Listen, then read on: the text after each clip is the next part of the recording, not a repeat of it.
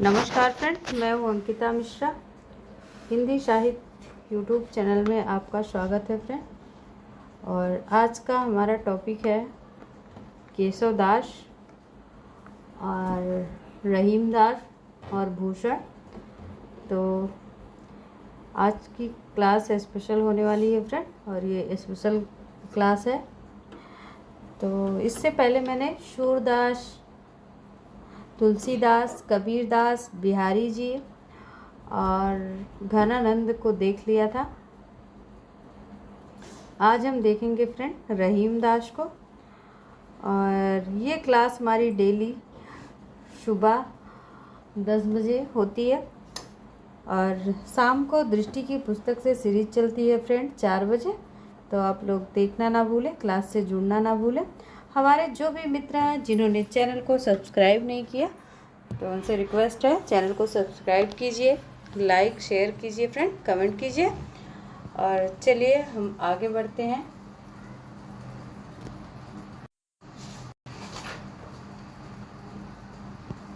तो फ्रेंड आज का हमारा टॉपिक है रहीम दास। पहले हम रहीम दास को देखेंगे, इसके बाद हम केशव दास को देखेंगे। तो रहीम दास के बारे में हम सभी जानते हैं, ठीक। मध्ययुगीन दरबारी संस्कृत के प्रतिनिधि कवि के रूप में किसका नाम आदर के साथ लिया जाता है फ्रेंड? तो रहीम दास का, ठीक। और ये मध्य दरबारी संस्कृत के प्रतिनिधि कवि के रूप में किसका नाम आदर के साथ लिया जाता है? तो रहीम दास। रहीम दास का पूरा नाम क्या है? अब्दुल रहीम खान खाना। अकबर के दरबार के हिंदी अकबरी दरबार के हिंदी कवियों में प्रतिष्ठित कवि के रूप में किसका नाम लिया जाता है? रहीम दास का। अगर आपने अकबर जोधा देखा होगा तो उसमें रहीम दास का अभिनय है, उनका कैरेक्टर दिखाया गया है, अगर आपने अकबर जोधा सीरियल देखा होगा तो। और आगे देखिए, रहीम कृत उदार प्रवृत्ति ने तत्कालीन कवियों की किस प्रकार सहायता की थी? तो कवियों के आश्रयदाता के रूप में की थी। रहीम की उदार जो प्रवृत्ति थी वो तत्कालीन कवियों के रूप में कवियों की किस प्रकार सहायता की थी? तो वो कवियों के आश्रयदाता के रूप में मददगार हुए थे कवियों के लिए फ्रेंड। आगे देखते हैं हम, रहीम का जन्म कब हुआ था? रहीम का जन्म कब हुआ था फ्रेंड? तो रहीम का जन्म 1556 ईस्वी में हुआ था। रहीम का जन्म कहाँ हुआ था फ्रेंड? तो लाहौर में हुआ था। कहाँ पे? लाहौर में। एक मिनट, रहीम का जन्म कहाँ हुआ था फ्रेंड? लाहौर में, ठीक। ये क्या हो रहा है? चलिए हम यहाँ लिख देते हैं लाहौर में, ठीक। रहीम का जन्म कहाँ हुआ था फ्रेंड? तो लाहौर में हुआ था। आगे देखिए, रहीम के पिता का क्या नाम था फ्रेंड? बैरम खान था। रहीम की माता का नाम क्या था? सुल्तान बेगम था। यहाँ केवल बै लिख दिया गया है, ठीक। रहीम के पिता बैरम खान क्या थे? सम्राट अकबर के। किसी को पता है क्या? रहीम के पिता जो बैरम खान थे सम्राट अकबर के क्या थे? क्या किसी को पता है? पता है तो फास्ट कमेंट कीजिए।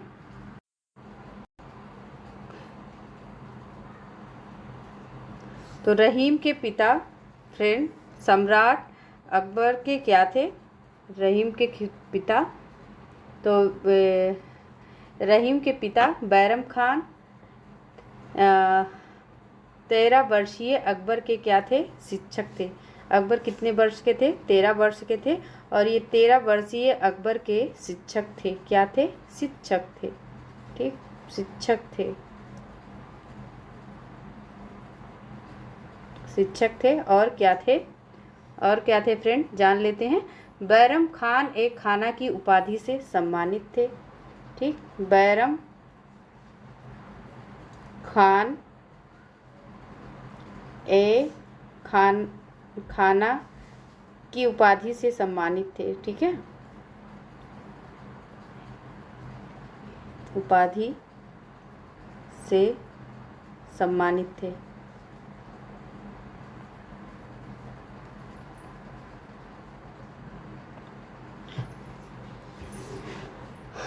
और रहीम की माँ जो थी वो वर्तमान में हरियाणा प्रांत के मेवाती राजपूत जमाल खां की सुंदर एवं गुणवती कन्या सुल्ताना बेगम थी फ्रेंड। ठीक है, यहाँ पूछा गया, यहाँ है भी, यहाँ पर मेंशन भी है। रहीम की माता का क्या नाम है? तो सुल्ताना बेगम है। और ये जो सुल्ताना बेगम थी ये कौन थी? ये कौन थी फ्रेंड? ये मेवाती के जमाल खां की सुंदर एवं गुणवती कन्या थी सुल्ताना बेगम। आगे देखते हैं फ्रेंड, आगे बढ़ते हैं।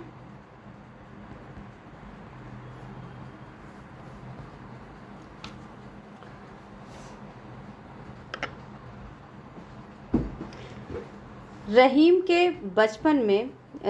बचपन में उनके पिता की हत्या पाटन नगर में हुई थी। किस सन में हुई थी फ्रेंड?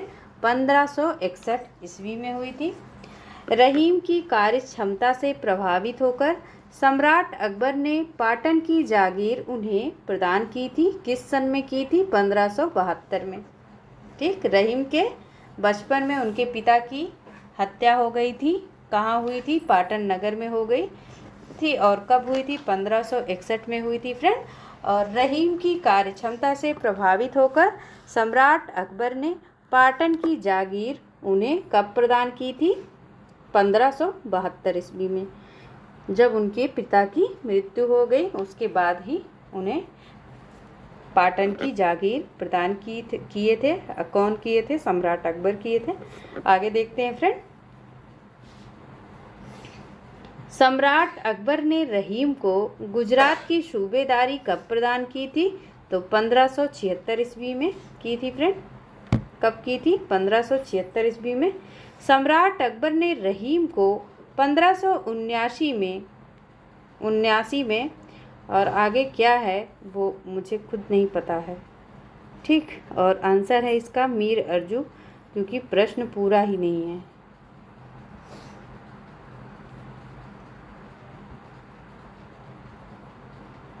चलिए आगे देखिए। रहीम को सम्राट अकबर ने प्रसन्न होकर 1584 में कौन सी उपाधि दी थी? कौन सी उपाधि दी थी? एक सेकेंड, फिर से देखिए। कौन सी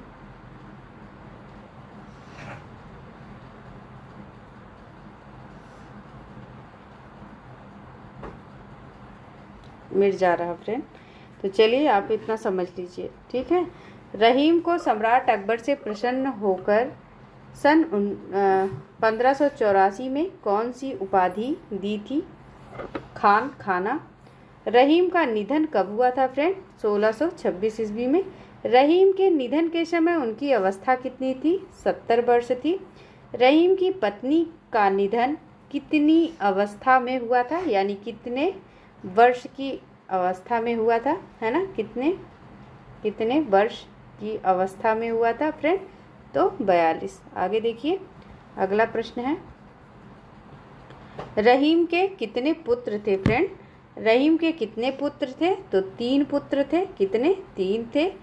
रहीम के तीनों पुत्रों का निधन कब हुआ था? रहीम के ही जीवन काल में हो गया था। ठीक है, आगे देखिए, अगला प्रश्न देखिए फ्रेंड। अगला प्रश्न, रहीम की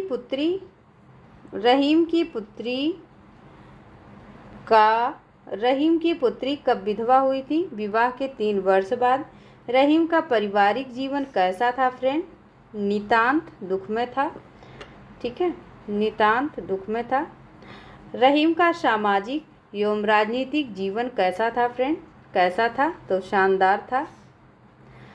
रहीम कितनी भाषाओं के प्रकांड विद्वान थे? 5। रहीम अरबी, फारसी, तुर्की एवं हिंदी के साथ किस भाषा के विद्वान थे? संस्कृत, हिंदी, फारसी, अरबी, तुर्की, हिंदी के साथ साथ उन्हें संस्कृत भी आता था। कुल मिलाकर उन्हें 5 भाषाएं आती थी फ्रेंड। आगे देखिए, रहीम की नीति परक उक्तियों में किन कवियों की छाप है? तो संस्कृत के कवियों की छाप है फ्रेंड। रहीम की कुल कितनी प्रामाणिक रचनाएं हैं? 11। ठीक, रहीम की 11। तुलसीदास की प्रामाणिक रचनाएं कितनी? 12।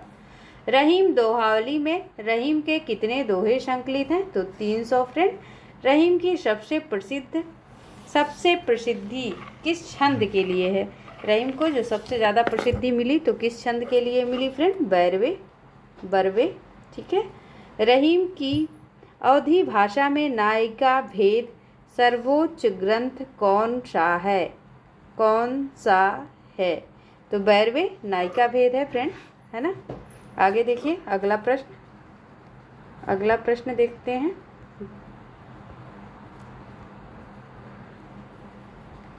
अगला प्रश्न देखते हैं, ये हो चुका। रहीम की किस काव्य कृति में मालनी छंद का प्रयोग हुआ है? तो कृष्ण रासलीला में हुआ है। रहीम का प्रमुख काव्य विषय क्या रहा है फ्रेंड? तो एक श्रृंगार तो था ही, है ना, लेकिन सबसे ज़्यादा मोस्ट इम्पॉर्टेंट जो पूछा जाता है वो भक्ति नीति परक जो दोहे हैं रहीम के, ये पूछे जाते हैं। रहीम की काव्य भाषा क्या है? ब्रज भाषा या ब्रजा अवधि, मतलब ब्रज के साथ अवधि भी है। रहीम किसके भक्त उपासक थे? कृष्ण के थे फ्रेंड। अकबर के नवरत्न रहे रहीम, अकबर के नवरत्नों में रहे थे रहीम, पता ही है सबको। अकबर के नवरत्नों में रहे रहीम जागीर के क्या थे? तो अभिभावक एवं बंदी थे फ्रेंड। इतनी बातें क्लियर हो गई। क्या मैं एक बार रिपीट कर दूं? क्या आप चाहते हैं मैं रिपीट करूं?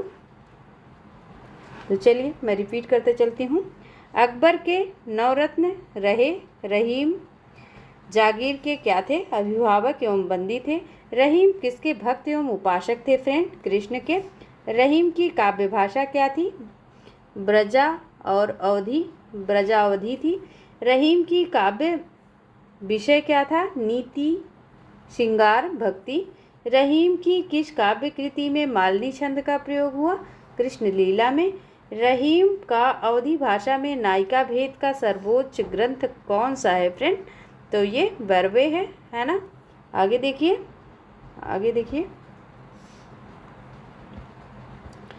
देखिए, रहीम का पारिवारिक जीवन कैसा रहा है? तो नितांत दुखमय रहा है फ्रेंड। रहीम का सामाजिक एवं राजनीतिक जीवन कैसा रहा है? तो शानदार रहा है। रहीम कितनी भाषाओं के प्रकांड विद्वान थे? 5। रहीम अरबी, फारसी, तुर्की एवं हिंदी के साथ साथ किस भाषा के विद्वान थे? तो संस्कृत के थे फ्रेंड। रहीम की नीति परक उक्तियाँ किन कवियों की छाप है? संस्कृत कवियों की। रहीम की कुल कितनी प्रामाणिक रचनाएं हैं? 11। रहीम दोहावली में रहीम के कितने दोहे संकलित हैं? तो 300 फ्रेंड। रहीम की प्रसिद्धि किस छंद के लिए है? बरवे। रहीम ये हम देख चुके। आगे देखते हैं, आगे आइए। रहीम की पुत्री कब विधवा हुई? विवाह के 3 वर्ष बाद ही विधवा हो गई थी। रहीम का पारिवारिक जीवन ये हो चुका फ्रेंड। आगे देखते हैं, मध्ययुगीन दरबारी संस्कृत एवं प्रतिनिधि के कवि के रूप में किसका नाम आदर से लिया जाता है? रहीमदास का। रहीम का पूरा नाम क्या था फ्रेंड? अब्दुल रहीम खां या खान खाना। अकबर दरबारी के हिंदी कवियों में प्रतिष्ठित कवि के रूप में किसका नाम लिया जाता है फ्रेंड? रहीम का। रहीम की उदार प्रवृत्ति तत्कालीन कवियों की किस प्रकार सहायता की थी उन्होंने? कवियों के आश्रय दाता के रूप में मदद किया था उन्होंने। रहीम का जन्म कब हुआ था फ्रेंड? 1556 ईस्वी में। रहीम का जन्म कहाँ हुआ था? तो लाहौर में हुआ था फ्रेंड। आगे देखिए, रहीम के पिता का क्या नाम था? बैरम खान था। क्या नाम था? बैरम खान था फ्रेंड, है ना, बैरम खान था। रहीम की माता का नाम सुल्ताना बेगम था। रहीम के पिता जो बैरम खान थे, यह आगे का प्रश्न नहीं पता है ना। चलिए ये बता देते हैं। रहीम के जो पिता थे वो बैरम खान सम्राट अकबर के क्या थे? शिक्षक थे फ्रेंड। क्या थे? शिक्षक थे। सम्राट अकबर के क्या थे? शिक्षक थे। और सम्राट अकबर उस टाइम कितने वर्ष के थे? 13 वर्ष के थे। चलिए आगे देखते हैं। रहीम के बचपन में उनके पिता की हत्या पाटन नगर में कब हुई थी? तो 1561 में हुई थी। रहीम की कार्यक्षमता से प्रभावित होकर सम्राट अकबर ने पाटन की जागीर उन्हें कब दी थी? 1572 में। सम्राट अकबर ने रहीम को गुजरात की सूबेदारी कब प्रदान की? 1576 में। आगे बढ़ते हैं। सम्राट अकबर ने रहीम को सन 1579 में कौन सी उपाधि दी थी? ठीक है, कौन सी उपाधि दी थी? यही प्रश्न रह गया था। तो मीर अर्जू की। ठीक है, सम्राट अकबर ने रहीम को सन 1579 में कौन सी उपाधि दी थी? तो कौन सी उपाधि दी थी फ्रेंड? मीर अर्जू की। इसको याद रखना। रहीम को सम्राट अकबर ने प्रसन्न होकर 1584 में खान खाना की उपाधि दी थी। कौन सी? खान खाना की। ठीक है, 79 में कौन सी? मीर अर्जू की। और 84 में खान खाना की। रहीम का निधन कब हुआ था फ्रेंड? 1626 ईस्वी में हुआ था। रहीम के निधन के समय उनकी अवस्था 70 वर्ष की थी। रहीम की पत्नी का निधन कितनी वर्ष की अवस्था में हुआ था? 42। रहीम के कितने पुत्र थे? 3। रहीम के तीनों पुत्र का निधन रहीम के ही जीवन काल में हो गया था फ्रेंड। तो ये थे रहीम से जुड़ी बातें फ्रेंड। अब हम आगे देखेंगे केशव दास को। रहीम दास जी क्लियर? क्या आपको भी लर्न हो गए रहीम दास जी अच्छे से? ये सामान्य बातें हैं फ्रेंड, और यहाँ से प्रश्न बन सकता है। और ये हमारे EMRS के सिलेबस में लगे हुए हैं। ठीक है, तो उन्हीं के अकॉर्डिंग ये चल रहा है। तो हमारे जो भी फ्रेंड EMRS की तैयारी कर रहे हैं उनके लिए बहुत ही लाभप्रद क्लास है ये। चलिए देखिए, आगे देखिए। केशव दास का जन्म कब हुआ था? सन 1555 ईस्वी में हुआ था। ठीक है, और केशव दास से चाहे कोई भी परीक्षा हो, TGT हो, PGT हो, नेट हो, एक प्रश्न बनता ही है फ्रेंड, हर हाल में बनता है। चाहे उनके बेसिक से ही पूछ लेगा या उनकी रचनाओं से आ जाएगा प्रश्न, पर बनेगा जरूर। तो केशव दास का जन्म किस स्थान पर हुआ था? ओरछा में। केशव के पितामह का क्या नाम था? कृष्णदत्त मिश्र था फ्रेंड। केशव दास के पिता का क्या नाम था? काशीनाथ मिश्र। पितामह का मतलब कौन? दादा, इनके दादाजी जो थे। ठीक है, उनका क्या नाम था? कृष्णदत्त मिश्र था। केशव दास के पिता का क्या नाम था फ्रेंड? काशीनाथ मिश्र था। केशव दास के पिता ने जोशी के किस प्रसिद्ध ग्रंथ को लिखा था? केशव दास के पिता ने ज्योतिष के किस प्रसिद्ध ग्रंथ को लिखा था फ्रेंड? शीघ्र बोध नाम था उसका। क्या नाम था? शीघ्र बोध नाम था। आगे देखिए। केशव दास के बड़े भाई का क्या नाम था? बलिभद्र मिश्र। केशव दास के बड़े भाई बलिभद्र मिश्र किस भाषा के कवि थे? ब्रज भाषा के। केशव दास के परिवार की भाषा क्या थी फ्रेंड? संस्कृत थी। पंडित ही थे तो संस्कृत ही थी। आगे देखिए, उस टाइम जो संस्कृत वगैरह पढ़ते थे वो पंडित लोग ही पढ़ते थे। ठीक है, और इन्हें विद्वान भी समझा जाता था,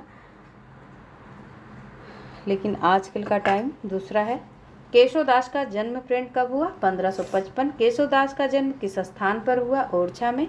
केशव दास के पिता का क्या नाम? कृष्णदत्त मिश्र। केशवदास पितामह का नाम क्या था फ्रेंड? पितामह तो कृष्णदत्त मिश्र था। केशवदास के पिता का क्या नाम? काशीनाथ मिश्र था। केशवदास के पिता ने ज्योतिष के किस प्रसिद्ध ग्रंथ को लिखा था? शीघ्रबोध। केशवदास के बड़े भाई का क्या नाम था? बलिभद्र। केशवदास के बड़े भाई बलिभद्र किस भाषा के कवि थे? ब्रज भाषा के। केशवदास के परिवार की भाषा पूछे तो संस्कृत, अगर बड़े भाई की भाषा पूछ ले तो ब्रज भाषा। आगे देखें,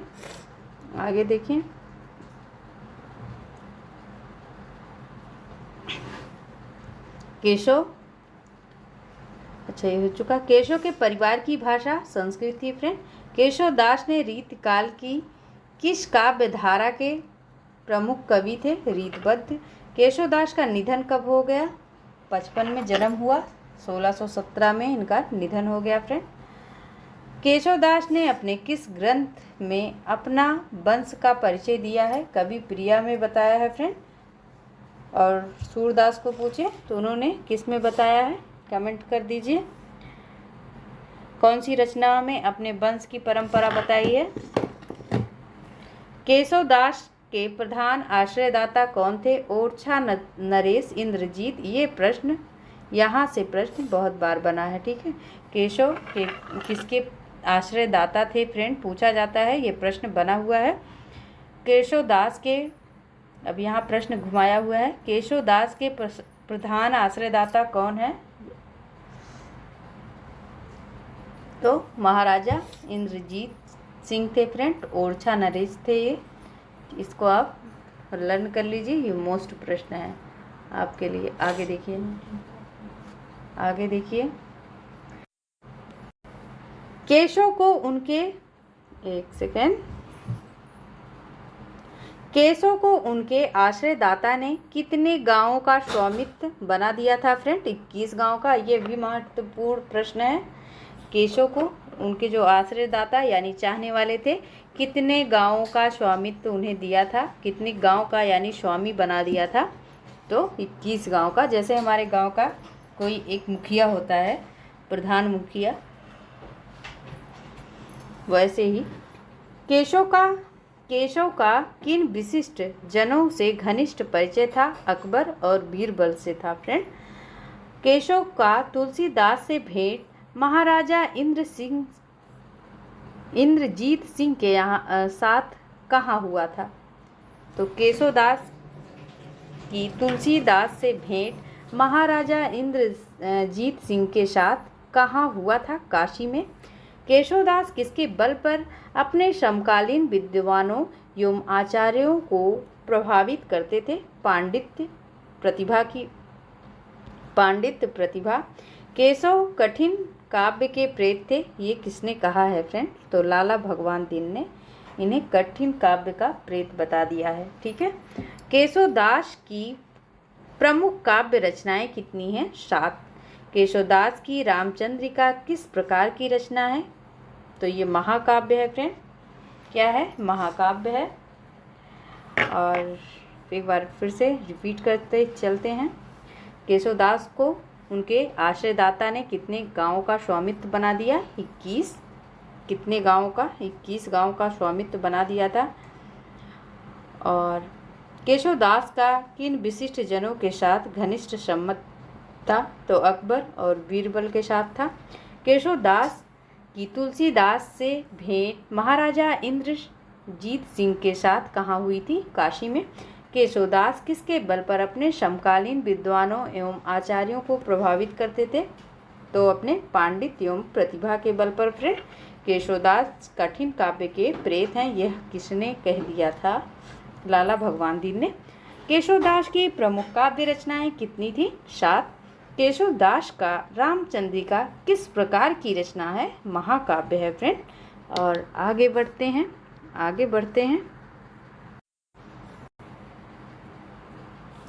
चलिए देखिए, केशवदास की कवि प्रिया का वर्ण विषय पूछे तो क्या था? कवि की शिक्षा थी। केशवदास की रसिक प्रिया में किसका विवेचन है? तो रस निरूपण एवं नायिका भेद का निरूपण है फ्रेंड, का विवेचन किया गया। केशवदास की रामचंद्रिका में किसका वर्णन है? तो राम की कथा है। रीतिकाल के आचार्य केशवदास ने किस प्रकार के ग्रंथों की रचना की है? तो लक्षण ग्रंथों की है। केशवदास के लक्षण ग्रंथ कौन है? कौन कौन से हैं फ्रेंड? कौन कौन से हैं? कौन कौन से हैं?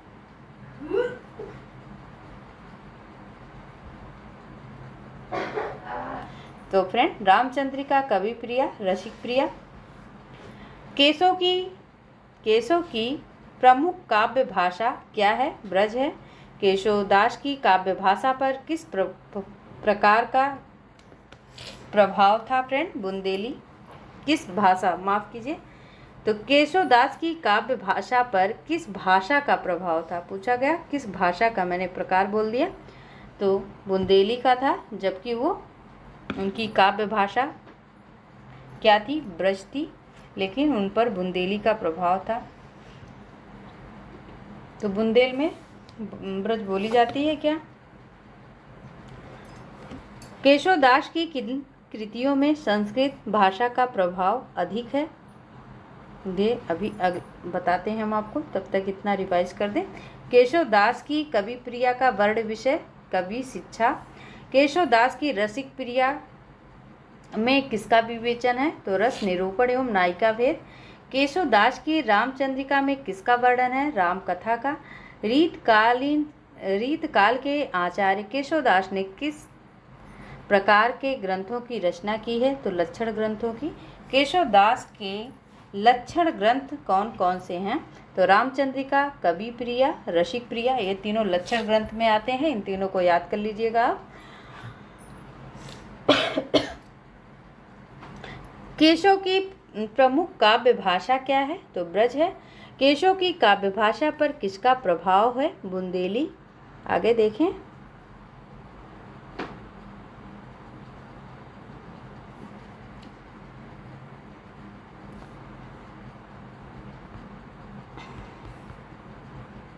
अच्छा, एक प्रश्न हट गया।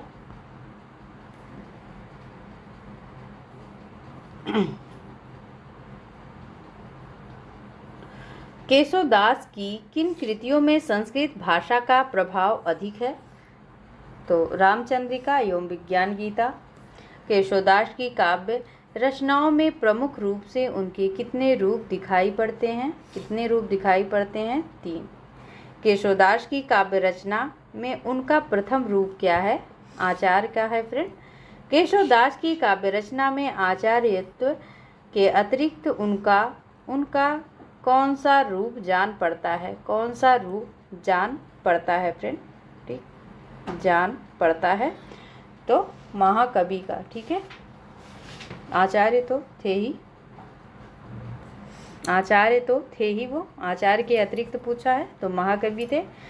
आचार्य एवं महाकवि के अतिरिक्त केशवदास की रचनाओं में उनका तीसरा प्रमुख स्वरूप कौन सा था? उनका तीसरा प्रमुख स्वरूप कौन सा था फ्रेंड? कौन सा था? तो इतिहासकार का था। और केशवदास की कृतियों की टीकाएं किसने लिखी हैं? तो पंडित सूरत मिश्र ने। एक बार रिवाइज करें, रिपीट कर दें। केशवदास की किन कृतियों में संस्कृत भाषा का प्रभाव अधिक है? तो रामचंद्रिका, विज्ञान गीता। केशवदास की काव्य रचनाओं में प्रमुख रूप से उनके कितने रूप दिखाई पड़ते हैं? 3। केशवदास की काव्य रचना में उनका प्रथम रूप क्या है? आचार्य का। केशवदास की काव्य रचना में आचार्यत्व के अतिरिक्त उनका कौन सा रूप जान पड़ता है? महाकवि का फ्रेंड। आचार्य एवं महाकवि के अतिरिक्त केशवदास की रचनाओं में उनका तीसरा प्रमुख रूप कौन सा है? तो इतिहासकार का है। कौन सा है? इतिहासकार का है। और आगे देखते हैं फ्रेंड, आगे देखते हैं। इसके बाद भूषण को देख लें क्या? क्लास लंबी तो नहीं हो जाएगी? नहीं, ठीक, 5 मिनट लगेगा। आचार्य एवं महाकवि के अतिरिक्त केशवदास की रचनाओं में उनका तीसरा प्रमुख स्वरूप, तीसरा पूछा तो इतिहासकार का। केशवदास की कृतियों की टीकाएं किसने लिखी थी? पंडित सूरत मिश्र ने। केशव को कभी हृदय नहीं मिला था, यह कथन किसका था? और ये मोस्ट इम्पॉर्टेंट है, आचार्य रामचंद्र शुक्ल का था। रामचंद्रिका को अजायब घर किसने कहा था फ्रेंड? आचार्य रामचंद्र शुक्ल ने। और सबसे ज़्यादा इसको IMP लगा लीजिए, मोस्ट IMP, ठीक है, मोस्ट IMP, ठीक। ये मोस्ट इम्पॉर्टेंट प्रश्न है। केशव किस धारा के कवि थे, है ना, किस धारा के कवि थे? तो ये रीतबद्ध कवि हैं, ठीक है। आगे देखें, चलिए फ्रेंड, तो हम किस पे आ चुके हैं? भूषण पे आ चुके हैं। और हमने अभी देख लिया, किसको देखा, भूल गए क्या? तो हमने रहीमदास को देख लिया और केशवदास को देख लिया। अब हम भूषण को देख लेते हैं 5 मिनट और, ठीक।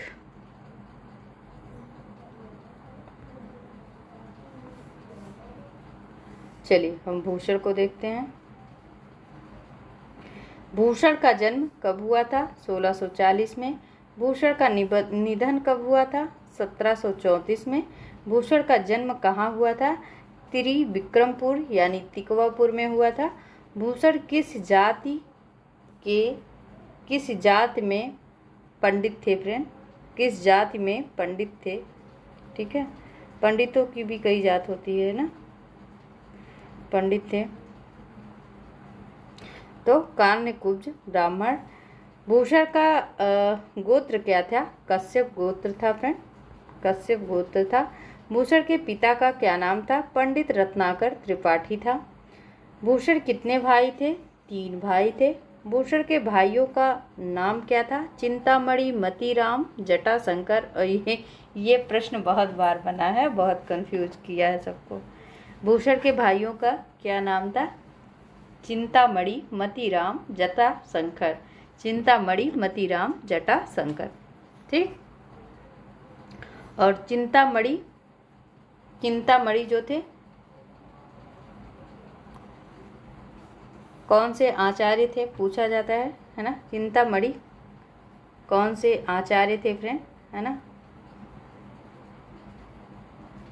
तो ये रीतकालीन कवि के रूप में थे, ठीक।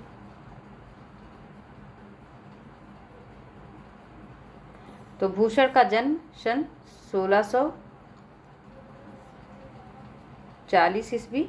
भूषण का निधन 1734 ईस्वी। भूषण का जन्म कहाँ हुआ? तिकवापुर। भूषण किस जाति में पंडित थे? कान्यकुब्ज ब्राह्मण थे फ्रेंड। या ऐसे पूछ लिया जाए, भूषण किस जाति के थे? पंडित हटा ही दो, ठीक। तो भूषण का गोत्र क्या था? कश्यप। भूषण के पिता का क्या नाम था? पंडित रत्नाकर त्रिपाठी। भूषण कितने भाई थे? 3। भूषण के भाइयों का क्या नाम था? चिंतामणि, जटाशंकर, मतीराम। और चिंतामणि जो आचार्य थे, कैसे आचार्य थे? रीतकालीन कवि के रूप में थे। आगे बढ़ें क्या? चलिए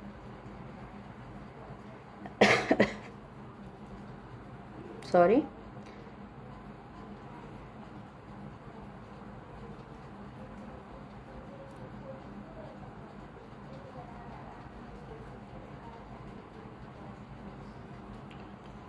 और यहाँ से ये प्रश्न बहुत बार बना है, ठीक।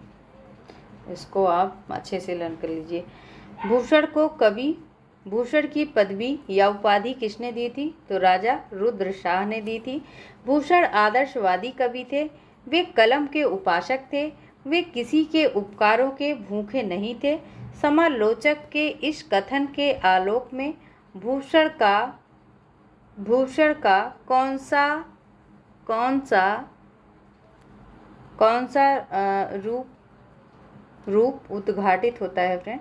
रूप उद्घाटित होता है तो ये स्वाभिमानी या राष्ट्र कवि का, ठीक है। और अपने स्वाभिमानी स्वभाव के कारण भूषण ने अनेक आश्रयदाता राजाओं के सम्मान पुरस्कार किसे अपना आदर्श एवं आश्रयदाता चुना है? तो शिवाजी महाराज को। इन्होंने कहा भी है, शिवा को बखानू की बखानू छत्रसाल को। ठीक, छत्रसाल भी रहे हैं इनके आश्रयदाता।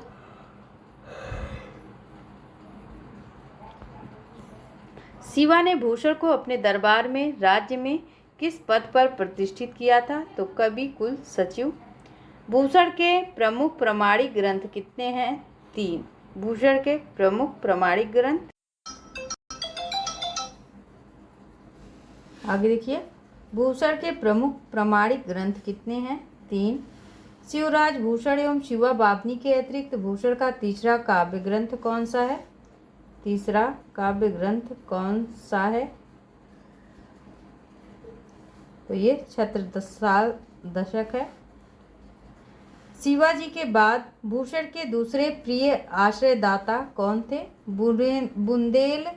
बुंदेल नरेश छत्रसाल थे। ठीक है, तो पहले कौन थे? रुद्रशाह जी थे। दूसरे कौन थे? छत्रसाल। बुंदेल नरेश थे, बुंदेल के राजा। भूषण की जन्मभूमि त्रिविक्रमपुर में किस प्रसिद्ध व्यक्ति का जन्म हुआ था? ठीक है, भूषण की जो जन्मभूमि थी त्रिविक्रमपुर यानी तिकवापुर में किस प्रसिद्ध व्यक्ति का जन्म हुआ था? तो बीरबल का। ठीक है, और तिकवापुर किस जिले में स्थित है? कानपुर में। शिवराज भूषण की रचना तिथि क्या है? 29 अप्रैल है। ठीक है, शिवराज भूषण में कितने छंद हैं? तो 382 छंद हैं। शिवा भावनी में कितने छंद हैं? 52 छंद हैं। कितने छंद हैं? 52। तो फिर से देखिए, भूषण के प्रमुख प्रामाणिक ग्रंथ कितने हैं? 3। शिवराज भूषण एवं शिवा बावनी के अतिरिक्त भूषण का तीसरा काव्य ग्रंथ कौन सा है? छत्रसाल दशक है। शिवाजी के बाद भूषण के दूसरे प्रिय आश्रयदाता कौन रहे हैं फ्रेंड? बुंदेल नरेश छत्रसाल। भूषण की जन्मभूमि त्रिविक्रमपुर में किस प्रसिद्ध व्यक्ति का जन्म हुआ? किसका हुआ? बीरबल का। त्रिविक्रमपुर यानी तिकवापुर किस जिले में स्थित है? तो कानपुर में स्थित है। और शिवराज भूषण की रचना तिथि क्या है? तो 29 अप्रैल है। शिवराज भूषण में कितने छंद हैं? ये आप मोस्ट अगर कॉपी पेन लेके बैठे हैं तो नोट कर लीजिए। शिवराज भूषण में कितने छंद हैं? तो 382 हैं। और शिवा भावनी में कितने छंद हैं? 52। आगे बढ़ें।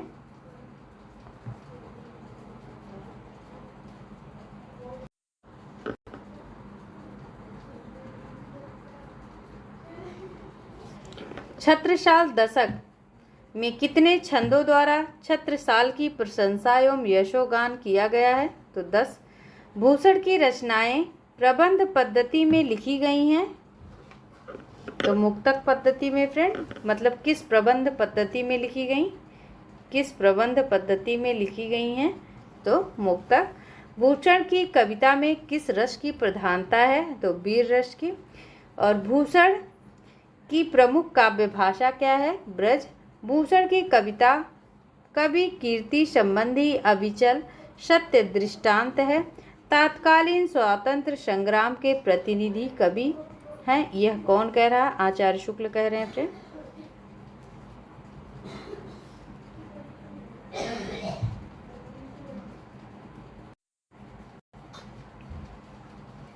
फिर से देखिए, छत्रसाल दशक में कितने छंदों द्वारा छत्रसाल की प्रशंसा एवं यशोगान किया गया? तो 10 छंद। भूषण की रचनाएं किस प्रबंध पद्धति पर लिखी गई? तो मुक्तक पद्धति पर। भूषण की कविता में किस रस की प्रधानता है? वीर रस की। और भूषण की प्रमुख काव्य भाषा क्या थी? ब्रज।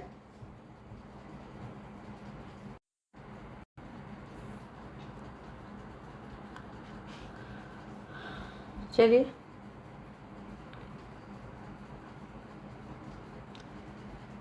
भूषण की कविता कीर्ति संबंधी एवं अविचल सत्य दृष्टांत तात्कालिक स्वतंत्र संग्राम के प्रतिनिधि कवि हैं। कौन कह रहा? आचार्य शुक्ल जी। और एक प्रसिद्ध जनश्रुति के अनुसार भूषण की पालकी में किसने कंधा लगाया था? हम देखते हैं ये आगे आगे देखते हैं। किसने कंधा लगाया था? छत्रसाल दशक ने। ठीक है, छत्रसाल ने लगाया था। भूषण हिंदू जाति के प्रतिनिधि कवि थे। ये कौन कह रहा? आचार्य शुक्ल जी। भूषण ने किस मुगल शासक के धार्मिक अत्याचारों के विरुद्ध विद्रोह का स्वर मुखरित किया था? ये तो हट गया है, एक सेकंड।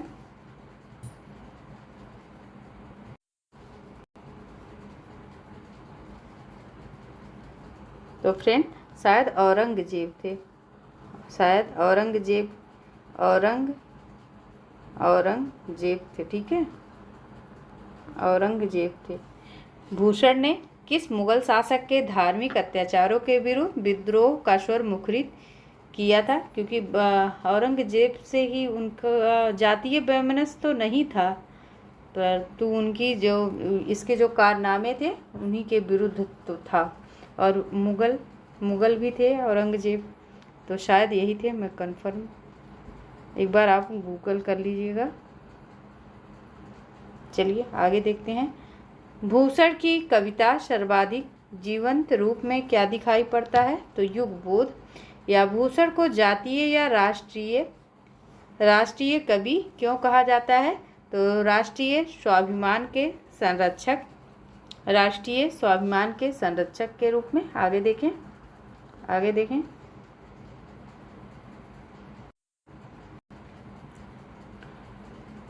तो फ्रेंड आगे नहीं है, बस यहीं तक। अब हम समाप्ति की तरफ हैं। तो हमारे जो भी मित्र, जो भी फ्रेंड, जो भी भाई बहन, जो भी देख रहे हैं इस वीडियो को, प्लीज़ चैनल को सब्सक्राइब ज़रूर करें, वीडियो को शेयर करें, लाइक करें, कमेंट भी करें। और 4 बजे वाली दृष्टि पुस्तक सीरीज़, उससे भी आप लोग जुड़िए। निरंतर अपना अभ्यास बनाइए फ्रेंड। और चलिए मिलते हैं हम कल इसी टाइम सुबह 10 बजे। तब तक के लिए सभी को फिर से नमस्कार, एक बार धन्यवाद सभी को।